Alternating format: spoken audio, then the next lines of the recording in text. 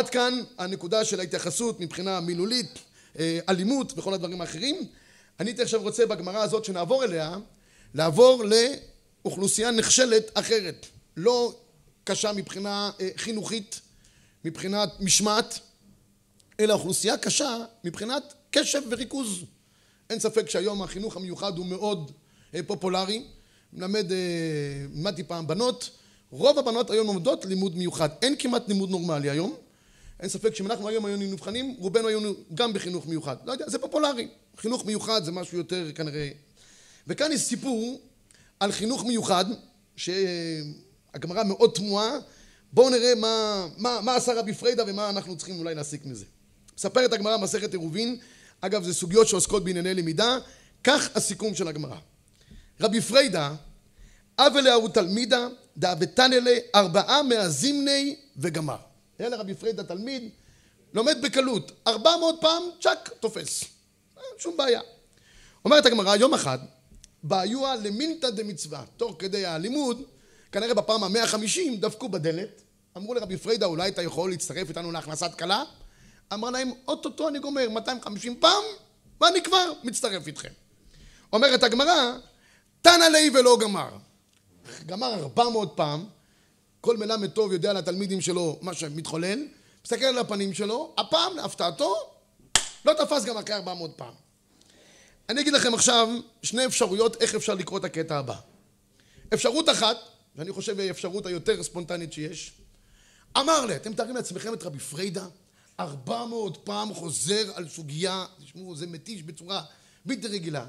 והתלמיד הזה שיושב מולו הוא חלש לימודית בצורה קשה ביותר, אין שום ספק. אני חושב שיש פה התעללות של התלמיד ברב. תעצור אותו בפעם ה-300, תגיד לו... אז התגובה הספונטנית צריכה להיות, אמר לי, העידנה, מה ישנה? תגיד לי, מה קורה איתך? מה קרה הפעם? אפשרות אחת. אפשרות שנייה, רבי פרידא אומר לתלמיד, תגיד לי חמודי, העידנה, מה ישנה? קרה משהו? אתה לא מרגיש טוב, משהו בבית לא בסדר, אני יכול לעזור לך, הרי תלמידים הרי הם כבנים. אמר לו אותו תלמיד, מהאישתא דאמרו לי למר, איכא מינתא דמצווה אסחא לדעתי, וכל שעתא אמינא אשתקא אמר, אמר, אף דעתך ואת נלך. עכשיו, אם היה לנו ספק איך רבי פרידא הגיב, אחרי שהתלמיד אומר לו, תשמע, לא הייתי מרוכז, גם ככה יש לי בעיות קשב וריכוז לא פשוטות, מספיק זבוב קטן בשטח שאני כבר לא מתרכז, כל שכן, ואתה אמרת להם, אוטוטו אני מגיע. כל רגע חשבתי שהנה, עכשיו אתה יוצא. לא הצלחתי להתרכז. אומר לו רבי פרידא, אין בעיה חמודי. אף דעתך ואת נלך. תתרכז עוד פעם מחדש, לא הולך לשום דבר מצווה, אני חוזר על תלמודים ומלמד אותך שוב פעם. ברור שהיחס היה לא העידנה מה ישנה, אלא חמודי, העידנה מה ישנה. אם הוא בחור חלש, עד הסוף. אומרת הגמרא, אדר תנא לה 4 מהזימני אחריני. הוא חזר על הלימוד עוד 400 פעם. רבותיי, אותה סוגיה 800 פעם, אפילו בשמיים כבר לא היה סבלנות לשמוע אותה. נפקא בת קלה. כמה פעמים בשמיים אפשר לשמוע שור שנגח פרה, שור שנגח תרה, שור שנגח תרה. יצאה בת קלה ואמרה, ניחא לך דליספו לך 4 מהזימני, או שתזכה אתה בדורך לחיי העולם הבא. כמובן שאמרת, שאני בדורי נזכה לחיי העולם הבא. אמרה בת קול, תנו לו גם את זו וגם את זו. עכשיו אני שואל פה שאלה אמיתית כלפי הסיפור הזה. שאלנו בתחילת דברינו על רבי חייא. אין לו מה לעשות רק לזרוע, לקצור, לחרוש, להיות צייד וכולי. רבי פרידא, אין לו מה לעשות. אין לו סוגיות יותר חשובות ללמוד. לא מצליח להבין. הוא צריך ללמד תלמיד נכשל 400 פעם. הרי התלמיד הזה ודאי לנו שגדול הדור הוא לא יהיה. אז שיהיה פחח. שיהיה מסגר. מה רע? ריבון העולמי. מה? עם ישראל לא צריך פחחים ומסגרים וחקלאים? ילמד דף היומי, ידע או לא ידע, לא משנה, אולי ירדם אפילו, אבל יהיה מסגרת רוחנית כזאת או אחרת, והכל יהיה בסדר. מה העניין שרבי פרידא צריך לחזור על סוגיה 400 פעם? לא קלט. אני אומר לכם את האמת, את חטאי אני אומר היום. אני נותן שיעור בישיבה. אני אומר להם, זה מחלוקת קצות ונתיבות, משהו מסובך ביותר. תלמיד מרים את היד, אומר, לא הבנתי. אני אומר, לא, בשמחה, בשביל זה אני פה. אני חוזר על המחלוקת.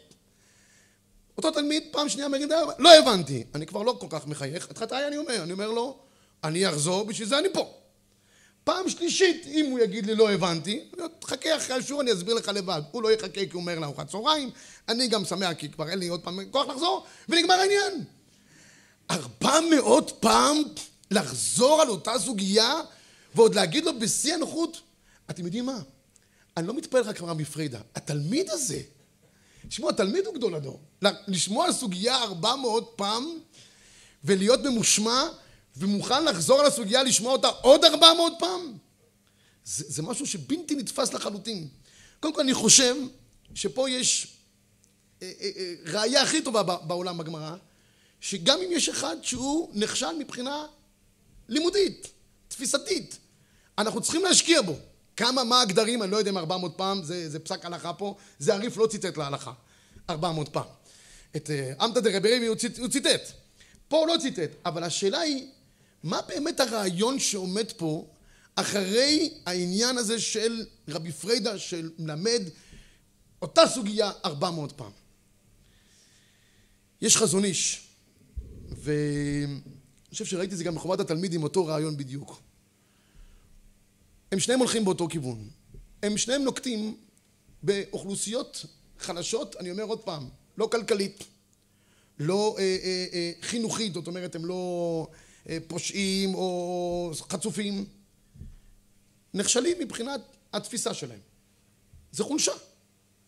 עכשיו יש לנו שני אפשרויות, או לדחות אותם מעלינו, ולהגיד, תשמעו, אני לא מטפל בכאלה, יש גבול עד כמה, או להשקיע. עד כמה הכוחות, עוד פעם אני אומר, להשקיע באוכלוסייה חלשה, עד כמה אני בתור מלמד צריך לאחרי השיעור לשבת עם תלמיד ולחזור איתו עוד פעם לסוגיה ועוד פעם לסוגיה, ואני יודע שאת הסוגיה הזאת הוא לא יתפוס, ומסתום גם רב שמעון שקופ הוא לא יהיה.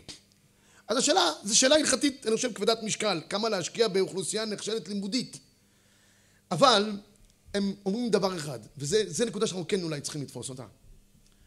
יש שני צורות של למידה. אני לא מחדש פה אולי שום דבר, אבל כמו שהמסעת שרים, לעורר דברים שידועים ולחדד אותם אולי. הוא אומר, יש כאלה שמטרתם, כותב את זה בצורה נפלאה חומת תלמידים, אל מול התלמידים שמול עיניהם. ככה הוא כותב. אני צריך ללמד את מי שנמצא מולי. מה יצא הלאה? מה כוחותיו? מה חולשותיו? מה העתיד? זה לא מעניין אותי. כמו שהוא, אני צריך לזרוק עליו את החומר וללכת. אני את מלאכתי עשיתי. הוא אומר, ככה הוא כותב, אנשים כאלה שכל מטרתם זה רק, הייתי אומר, לשפוך חומר. אני רוצה להגיד ביטוי יותר חריף. לשים את החומר על גבי התלמידים ותו לא, כך הוא כותב בלשונו, פושעים הם כלפי התלמידים וכלפי כלל ישראל. ככה הוא כותב בלשונו. פושעים הם. למה? כי הוא אומר, אנחנו, שימו לב לביטוי הנפלא שלו, גננים אנחנו בגן השם. אנחנו כולנו גננים. גנן אף פעם לא מסתכל על השתיל כמו שהוא. זה יכול להסתכל מי שמבקר באיזה גן יפה, אז הוא יכול להתפעל מהיופי. אבל גנן תמיד חושב, איך אני מזבל, משקה, שיצא עוד פרח, איך הוא ישרוד, איך הוא בסוף יצלח ויגדל לאילן הרב-רבי, ואם זה פרי, עץ עושה פרי, אז איך הוא יוציא את הפירות הכי טובים והכי... גננים אנחנו בגן השם לעובדה ולשומרה. כאן, אני חושב שיש כאן שני תפיסות. יש תפיסה אחת, אני צריך ללמד מול העיניים שלי ונגמור העניין. מה יצא, מה ילך עם זה הלאה? לא כל כך מעניין אותי. אבל אם התפיסה החינוכית שלנו זה לקחת את אותם אנשים שהם קשה להם, כן. וזה לא הלימוד, זה החינוך, זה הדרך חיים שאנחנו נותנים להם. אותו תלמיד, יכול להיות שהוא לא יהיה גדול הדור, בטח שהוא לא יהיה גדול הדור, ולא יהיה אחד מרבנים או מדיינים של עם ישראל. אבל הוא יקים משפחה. והלימוד הזה זה כנראה האמצעי של היחס הטוב ביותר שיכול לתת כוחות נפש לתלמיד, שילך עם זה הלאה. ועם זה הוא יקים משפחה, והדורות הבאים כבר יראו הרבה יותר טוב. זה מה שעשה רבי פרידא. הוא גרם שלא תשתכח תורה מישראל, לא מהתלמיד הזה, ממה שיצא ממנו, מהאישיות שתפרח בו. יש הרבה אנשים פשוטים, רש"י אומר בכמה מקומות בש"ס, שזכו שבניהם, בזכות מעלתם, יצאו תלמידי חכמים. ואין, לפעמים לא רואים את הקשר בין הבן לבין הילד, אבל הכוחות שהם קיבלו, הלכו עם זה הלאה. אני חייב ברשותכם, יש לי עוד כמה דקות, לספר שני סיפורים לראייה של גדולי ישראל בנקודה הזאת של הראייה הלאה, דווקא למי שיש לו בעיות כאלה ואחרות. ספר שקיבלתי אותו מתלמיד מהישיבה אצלנו בכרם ביבנה. חייב להגיד תלמיד שרדפו אותו במידה מסוימת, חלק מהצוות, כי הוא באמת לא היה שייך. צורת הלבוש שלו, זה התחיל מצורת הלבוש שכבר דחתה, כי הוא לא היה נראה בחור ישיבה. ובכרם ביבנה יש עוד את האלמנט הזה לראות בן תורה. יש מקומות שכבר, אני יודע, הולכים, כבר לא יודעים כבר להבדיל בין זכר לנקבה. יש כל אחד לפי סגנון הלימוד שלו, אין בעיה. אבל, והוא דחה מבחינת, אני זוכר רק את החולצות שלו, היה מפחיד לראות אותו בבוקר. פעם תמונה כזאת, פעם תמונה כזאת, דברים די מפחידים, אם היינו איתו באפלה. סגנון הדיבור שלו לא היה הולם, במיוחד ששמענו על זה בצבא, אבל לא יודע איך, היה איזושהי מחלוקת, להגן עליו ולשמור אותו בישיבה, לשמר אותו או להוציא אותו. בסופו של דבר הוא שרד על ידי אנשים שהגנו עליו, כי ידענו שיש לו פשוט חולשה באופן, הוא ילד טוב. הוא עזב את הישיבה, הוא יצא אברך, יצא אפילו לשליחות. יום אחד הוא הגיע לישיבה ונתן לי ספר שנקרא חנוך לנער. זה ספר שלם שעוסק, מחולק חינם דרך אגב, סבו כתב את הספר הזה, לכל האוכלוסיות הנחלשות שדיברנו עליהן. יש שם סקירה רחבה מאוד על כל מיני אוכלוסיות קשות מבחינה כלכלית, איך צריך להתייחס אליהם, מבחינת ילדים אלימים שקשה להם להסתגל לבתי ספר, וזריקת תלמידים. בקיצור, שני סיפורים אני רוצה לספר לכם מהספר הזה שקלטתי אותם, אני חושב שיש בהם מסר גדול. הסיפור הראשון, מסופר שם שבישיבת לייקוד, ישיבת לייקוד המעתירה באמריקה, ברון קוטלר, היה 7 ברכות.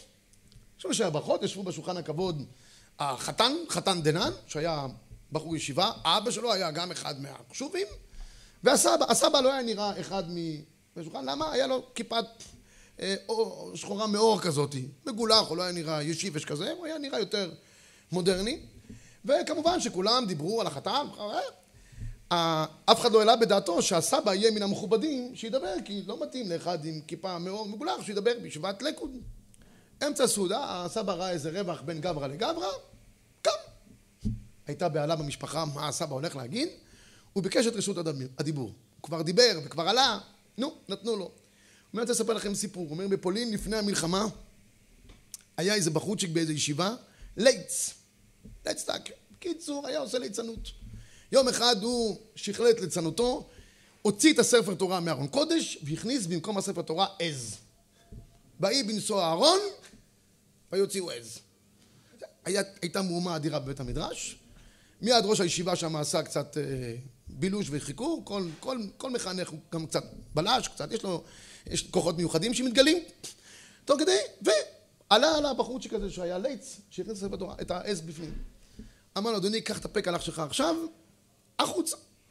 אמר, תשמע, אני מבקש ממך סליחה, עשיתי טעות, זה הליצנות האחרונה שאני אעשה פה בישיבה. אמר לו, אדוני, זה עבר כל גבול, לפני כל הישיבה, יום שני, מוציא את הרכות, הביתה. הוא אומר, תשמע, כיוון שאתה לא מבקש, אתה לא מוכן לסלוח לי, ואני יודע שהדבר הזה נוגע לא רק אליי, אלא לדיני נפשות, לדורות הבאים שלי. מילא אני חטאתי כלפיך, אבל ילדיי ונכדיי, מה חטאו? אני מבקש ממך דין תורה. דין תורה עם רב העיר. טוב, תלמיד מבקש דין תורה, אי אפשר לסרב. לא פחות ולא יותר, אמר הדעתך, הגיע לישיבה. ישב, פתח בית דין, כל אחד אמר אותו תלמיד, תשמע, אני מבין שהוא רוצה לזרוק אותי, אבל מה אשמים משפחתי הבאה אחריי? מה הם עשו? ואני מבקש סליחה ומחילה. הרב שקל את העניין, אמר, רבותיי, התלמיד צודק. תלמיד צודק, אי אפשר לזרוק אותו בגלל הדורות הבאים. השאיר אותו בישיבה. מספרים, הוא מספר שהבחור שכזה גדל, קיצור נולד לו בן אחד. בן אחד נולד לו. הבן הזה, לפני המלחמה הוא הרגיש שיש רוחות רעות באירופה, הוא החליט לנסוע לאמריקה. אביו כבר לא יכל לנסוע, היה כבר חלוש מאוד. לפני שהוא נסע ועזב אותו, אמר, תשמע, בתקיעת כף, תשבע לי שאתה באמריקה, אז אמריקה לא הייתה אמריקה של היום, תתחתן עם יהודיה. זה מה שמבקש ממך. לא יודע איפה תסתובב, תתחתן עם יהודיה. נתן לו הבטחה, תקיעת כף, נסע לאמריקה. האבא נכחד בשואה, לא עלינו, והבן הגיע לאמריקה. הבן הזה בגלל ההבטחה לאבא, כי הוא הידרדר מאוד באמריקה, בגיל 42 הוא מצא אישה יהודיה שתואמת את הרמה הרוחנית שלו. הוא אומר, הוא התחתן איתה. אבל ברוך השם, איתה הוא התקדם, ויצא לו כבר בן שהיה בן תורה, ולאחר מכן זה, הוא אומר, רבותיי, אני הילד של אותו עז שהכניסו בישיבה. ואני נתתי את ההבטחה לאבא שלי, ובזכות ההבטחה הזאת, כמו שאתם רואים, הבן שלי כבר נראה כמו שהוא נראה, והנכד שלי לומד בליכוד. הוא אומר, זה ההסתכלות. לא ההסתכלות העכשווית המיידית, אלא הסתכלות הרבה יותר רחוקה. ומכאן אני רוצה לספר עוד סיפור אחד שגם ככה שווה את עיניי, יש לי עוד דקה אחת. אני רוצה גם, שם באותו ספר הוא מספר על הראייה הרחוקה של... היה תלמיד אחד שהיה צריך ללמוד בישיבה של רב שמעון שקופ, בגרודנה. הילדים שלחו את הילד לישיבה, ולא היה להם, ההורים שלחו אותו, ולא היה להם יכולת לתת לו כסף כדי להגיע עם רכבת או עגלה לישיבה. לפני שהוא הלך לישיבה, הם לימדו אותו סוגיה עם ראשונים ואחרונים, כדי שהוא ייבחן אצל רב שמעון שקופ, אצל רב שמעון, מי יכול לעמוד ברב שמעון, ויצליח במבחן. הוא לקח את הפקלר שלו, ולא היה לו איזה, הוא הסתובב שבועיים ממקום למקום עד שהגיע לישיבה של רב שמעון. לא אכל כדבעי, לא ישן כדבעי, התגלגל לבתי כנסיות, אכל משאריות של יורצייט שהיו, וישב, בקיצור, ככה הוא שרד. הגיע לישיבה, אמר לבחורים, אני מבקש מכם, תגידו לי איפה רב שמעון ראש הישיבה, אני צריך להיבחן כדי כבר להקיא את הסוגיה ולגמור את העניין.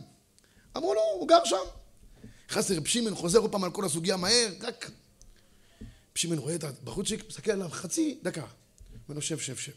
הוא אומר, רק אם אתה יכול כבר לבחון אותי, כי אני באמת אחת, הוא אומר, אני אבחן אותך. השאלה הראשונה, מתי לאחרונה אכלת אוכל חם?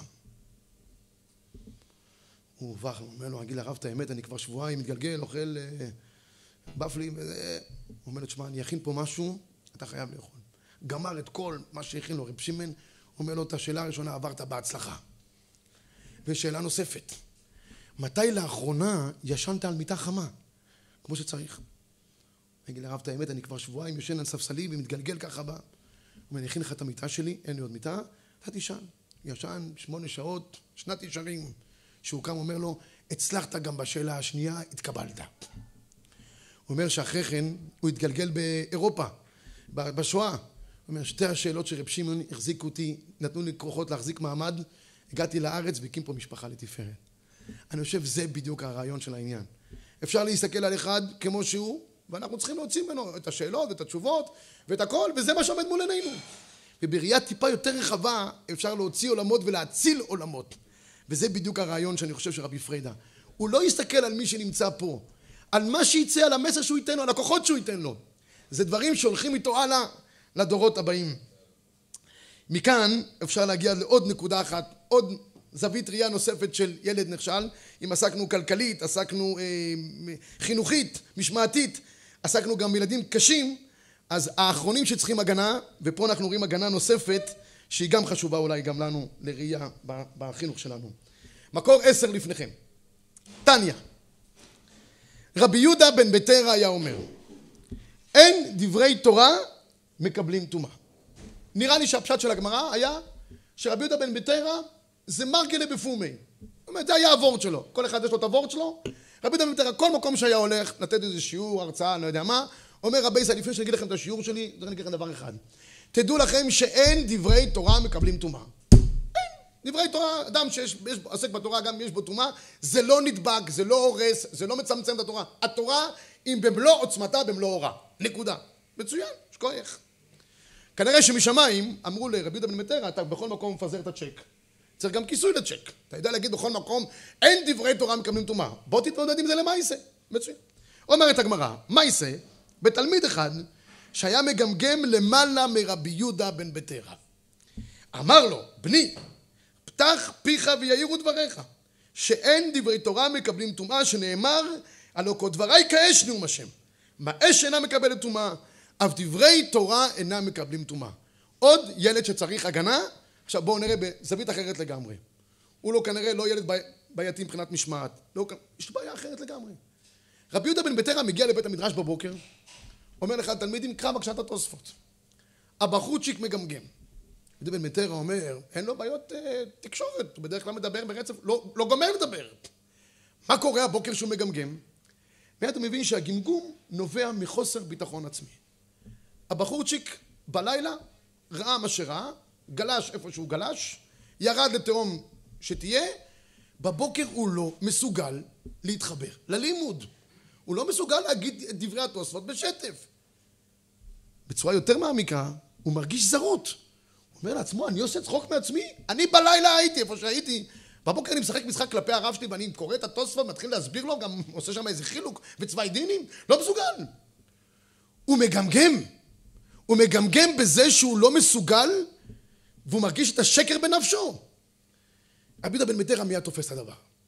עכשיו, דווקא ברבי יהודה בן בתרא, נקלע לידו, האלוקים עינה לידו את הסיטואציה הזאת, הלא אתה אמרת בכל מקום, אין דברי תורה מקבלים טומאה.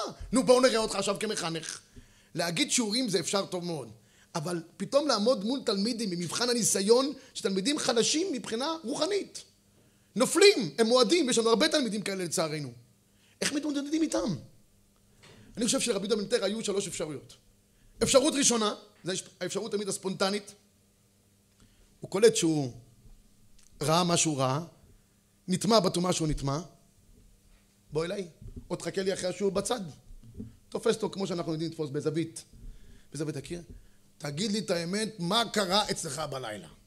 מה ראית? איפה היית? התלמיד מבין שנקלע אליו מיד הרע, מוידה ואויזב, אולי ירוחם, אולי לא, תלוי במצב רוח, וקלטה אליו השעה. אפשרות אחת. אפשרות שנייה, שהיא גם לפעמים להתעלם. הוא נפל, הוא מגמגם, כי הוא יודע, הלאה, התלמיד הבא. דלג, הוא נמצא אי שם בתאומות, הוא כבר נפל והידרדר, מה אני אחראי למצב הרוחנית שלו? אני צריך ללמד את התוספות. קרא בבקשה, דלג הלאה.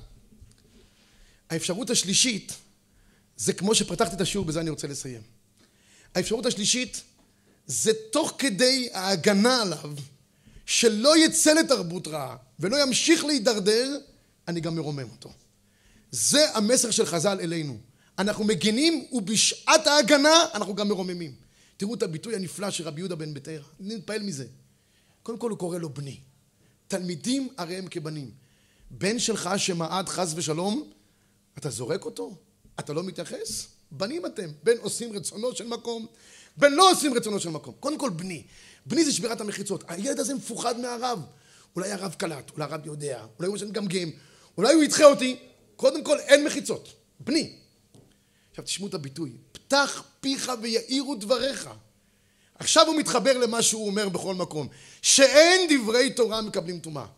אבל הדבר הנפלא שעושה פה רבי יהודה בן בתרא, לא רק שהוא אומר לו והוא מכסה את הצ'ק שהוא נתן בכל מקום, יש כיסוי מלא לצ'ק, בכל מקום שהוא אמר, הוא רק אמר את הוורט. אין דברי תורה מקבלים טומאה. אבל לתת עכשיו גיבוי לילד חלש, שמרגיש בשפל המדרגה, מרגיש דחוי, מרגיש זר, הוא גם מגבה את זה עם פסוק. שנאמר עלו כה דברי כאש נאום השם. בהתחלה הוא לא אמר פסוק. זה, בסדר, ככה אני מאמין. אבל הילד צריך חיזוק, הוא נכשל, הוא נפל. אז מה, לזרוק אותו בשני ידיים? לזרוק אבן אחר הנופל חס ושלום? ההפך. פתח פיך, יאירו דבריך. אין דברי תורה, שנאמר עלו כה דברי כאש נאום השם. מה אש אינה מקבלת טומאה? אבל דברי תורה אינה מקבלת טומאה. אתם מתארים לעצמכם שהתלמיד הזה קורא את התוספות, פותח, קיבל ביטחון מהרב שלו, מי שהוא רואה בו את המקסימום, אני חושב, את הדמות לחיקוי, שהוא מקבל כזה גיבוי, כאלה כוחות. עכשיו הוא קורא את התוספות אחרת, אבל עזבו את התוספות. איך הוא יוצא מהכיתה? איך הוא יוצא מבית המדרש לחיים? הוא מרגיש מחובר לרב, מחובר לתורה. הוא נפל, אבל כי נפלתי קמתי. אני רוצה לסיים את הנקודה הזאת בחוויה אישית שעברתי, ובזה אני אסיים. דווקא בנקודה הזאת. אני נשלחתי בצעירותי כשהייתי בקרן בימנה על ידי הראשי וזצ"ל הרב גולדווירט ללמד בכפר הרועה. הייתי צריך ללמד את כיתה י"ב מילוי מקום. אתם מבינים שכל הדברים הם ידי על התחתונה. גם ללמד כיתה י"ב, גם בני הענק ראיתי שם. גם מילוי מקום, אתם יודעים מה עושים למלא מקום. אני הבנתי, במקרה הטוב. בקיצור, הכל היה לרעתי. מה ציפיתי מהרב נריה זצ"ל, גדול המחנכים, שיגיד לי רק משפט אחד. תשמע אדוני היקר, אם יש לך בעיה, אני פה. יש לך גיבוי מהמנהל. מה מחפש מורה חלוש וקלוש? גיבוי מהמנהל. אני נכנס לרב נריה, אני מציג את עצמי, היה בן ציון אלגזי, הוא אומר לי, כן, הוא אומר לי כיתה י"ב, מתחיל לערער, פתאום הוא אומר לי, תשמע בן ציון. כשהוא אמר לי את זה, אמרתי, אני יכול להשלים את המשפט הרב. אני פה, נכון? לא. הוא פתאום אמר משפט אחר, הוא אומר, תשמע, אתה נכנס לכיתה. אתה רואה תלמידים שעושים מאמץ מיוחד להקשיב. תן לי את השמות שלהם, אני רוצה לטפוח להם על השכם. טפיחה על השכם זה דבר גדול, אני זוכר את היד שלו. אם הבעייתיים תסתדר לבד, זה לא בעיה שלי. אלה שעושים מאמץ מיוחד להקשיב, הם הנכשלים, הם צריכים לרומם אותם. אני רוצה לטפוח להם על השכם. טוב, כבר הייתי בשוק מהתגובה הזאת של הרב נריה, נכנסתי לכיתה, באחד הימים אני מלמד, אחד התלמידים ניבל את פיו. זה היה לקראת סוף השיעור, ניצלתי את ההזדמנות, הבאתי להם, כמעט ציטטתי להם בעל פה את הגמרא בשבת שם, דף למד, על ניבול פה, בעוון ניבלות פה, שונא בחורי ישראל נהרגים, קיצור, שפכתי להם דם ואש ותמרות עשן. כל כך הייתי מבסוט מהמוסר שנתתי להם, אמרתי לא רק שלא ינבלו את פיהם בימים הקרובים, הם בטח יעשו תענית דיבור כמה דקות. מרוב הפחד לדבר, תראו מה התוצאות של הדיבור. להפתעתי הרבה, אני גומר את השיעור, הולך לחדר מורים, עובר דרך הכדורסל, תלמידים שישבו אצלי ממש תוך כדי דיבור. אחד כן מסר את הכדור, לא מסר את הכדור, עשה מי שברך לאמא שלו. אמרתי לעצמי, ריבונו של עולם, עכשיו דיברתי איתם. הלכתי לרב נריה, אמרתי לו, תשמע, הרב, אני עוזב. מה קרה? אמרתי לו, תשמע, אם אני מדבר איתם, לא עובר תוך כדי דיבור. כמה זה צריך להיות דיבור? 3-4 שניות לפי ההלכה. כבר... הוא מחייך, אומר לי, שב, בחור צעיר, אני רוצה להגיד לך משהו. הוא אומר, תשמע, אני אגיד לך וורט, תזכור אותו לחיים שלך. כתוב בפסוק, יערוף כמטר לקחי, תזל קטן, חז"ל ישבו את דברי תורה למטר. כן, אלה ככה למטר, שמה, כן, לקחתו. הוא אומר, תגיד, למה דווקא למטר? מה העניין? אז הוא אומר כך, אומר, אדם לוקח זרעים, זורע באדמה, מכסה, הכל יבש, ארץ ישראל, והולך לישון. יש מדרש נפלא, מדרש פליאה, שמתאר איך העולם יושן, והקדוש ברוך הוא כל הזמן עובד. הקדוש ברוך הוא רגע אחד לא יושן. ממשיך, העולם ממשיך להתקדם קדימה כל הזמן. אנחנו יושנים, לפעמים בעמידה, לפעמים במיטה. העולם כל הזמן, הקדוש ברוך הוא ממשיך לפתח אותו. הקדוש ברוך הוא עובד. בלילה, הקדוש ברוך הוא מוריד גשמים, מחלחלים פנימה לתוך האדמה. בבוקר, עד שהוא כבר קם, החקלאי, הכל כבר יבש לגמרי. אחרי שבועיים מורה נבטים. העסק מתחיל, אומר, ריבון העולמים, איך זה מתחיל? לא השקעתי, הכל יבש. אבל מה לעשות שגשמים ירדו, חלחלו, ועשו את פעולתם. הוא אומר, ככה גם אנחנו בחינוך. זה בדיוק מה שחז"ל רוצים להגיד. הוא אומר, אנחנו מדברים. לפעמים זה נראה לך הכל יבש כנגב. שום דבר לא אמר. הוא אומר, שום דבר לא הולך לאיבוד. איך אומר הקוצקר, היו דברים, הלב אביך, שים על הלב. יום אחד זה ייפתח, זה ייפול פנימה, אבל לפחות שיהיה מה שיפול. שום דבר לא הולך לאיבוד. הוא אומר, אני חייב לספר לך. אני לפעמים לוקח בחורים, הוא אומר, שנמצאים בעייתיים. לוקח אותם מבית המדרש עד הבית שלי אחרי סדר ערב. ואני מדבר על ליבם. הוא אומר, אני מגיע לביתי, אני בטוח שהתלמיד כמה צעדים ילך רגוע יותר, שקט יותר, יערער על מה שדיברתי איתו. הוא אומר, אני רק גומר, הוא חולף ורץ. הוא אומר, בוא נאמר, שנייה דיברתי לפחות. הוא אומר, אותו תלמיד שחשבתי ששום דבר. הוא אומר, פעמים שאחרי 25 שנה, הוא אומר, הרב, אתה זוכר שדיברת איתי אחרי? מה אני זוכר? אני זוכר, דיברתי איתו, דיברתי עם הרבה תלמידים. הוא אומר, השיחה היא הפכה לי את כל העולם, ומאז התחיל אצלי מהפך. הוא אומר, ככה זה חינוך. אנחנו משקיעים גם בחלשים, גם בקשים, כל מיני כאלה. בסופו של דבר יהיה לזה תוצאות. אל תתייאש אף פעם. דבריך לא הלכו לאיבוד. הם נכנסו. יום אחד מהם יערער בדבר. וכבר עשית את פעולתך. אני חושב שביום כזה חשוב שעוסקים באוכלוסיות חלשות, אז חובתנו, כמו שאמרתי, בדרך כלל זה להגן. אנחנו גם מגינים וגם מרוממים, שהקדוש ברוך הוא ייתן לנו את הכוחות שלא יבוא מכשול על ידינו, כי מכשול על ידינו בחינוך, זה לא... תמיד אני אמרתי, שאלו אותי, הייתי באנטוורפן כמה שנים, שאלו אותי, אתה מתעסק ביהלומים? אמרתי להם, כן, אבל בסוג יהלומים אחר מהיהלומים של אנטוורפן. למה? שם אם נאבדה חבילה, וחבילה שנאבדה שם, לא יודע אם מישהו פה יודע מושגים של חבילה, זה $500,000, יש ביטוח, מתקשר לביטוח, נאבדה לי חבילה, מבררים נותנים. אם לי נאבד יהלום, לא חבילה, אין לי ביטוח. אז שהקדוש ברוך הוא יזכן לנו שלא יבוא מכשול על ידינו, נצליח לרומם את כלל ישראל, ותמוש התורה מפינו, מפי זרענו, מפי זרע זרענו, עד עולם בעזרת השם.